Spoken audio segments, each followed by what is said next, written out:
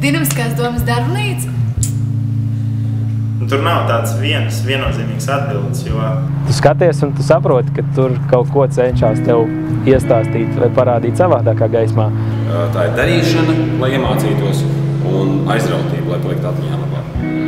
Es šo pasākumu nevaru ielikt kaut kādos rāmjos, kaut kādos vārdos, jo...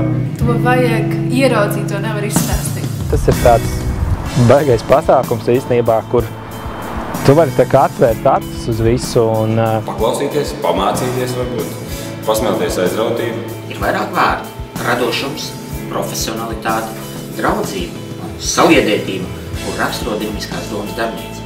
Nevelti nosaukums ir Dinamiskās domas darbnīca, jo šeit domas pašas atlido pie tevis. Tev nav robežu, tev principā var izdarīt pilnībā jebko. Ja tu tur aizbrauc, tu droši zini, ka būs informēts par visu aktuālāko nozarei, par jaunumiem, jo tāda jau ir tā nozares būtība. Dinamiskās domas darbnīca ir iespēja jauniešiem domāt radoši. Saprast, vai tu esi sabiedrisku attiecību cilvēks vai neesi. Katru gadu ir garantēts, ka es tur satikšu kādu, ar ko man pašam ir interesanti. Tā ir iespēja, kur veidot kontaktus. Un kontakti mūsdienās, ir īstenībā tas lielākais zelts, tā lielākā vērtība, ko tu vari iegūt, jo... Tu esi tik sekmīgs, cik daudz tev ir draugu. Un jauni draugi nevienmēr nozīmē tavu vienaudži, studenti.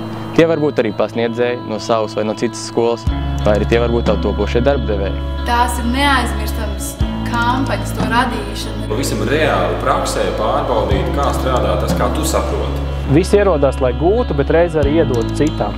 Tās emocijas, ko tu tur gūsti, tas ir neatspēkami.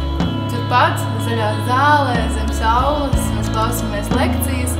Vienmēr atceros tās trakās ballītes, kuras vienmēr ir vilkušās līdz 6 rītā. Un...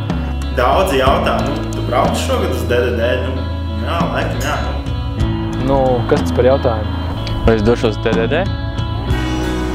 Tur nav variants, tur vienkārši ir jābrauc. Lai atkal uz kādu brīdi ieraudzīt, ierastās lietas nedaudz citādi. Protams, ka es došos uz DDD. Kāda DDD bez manīm?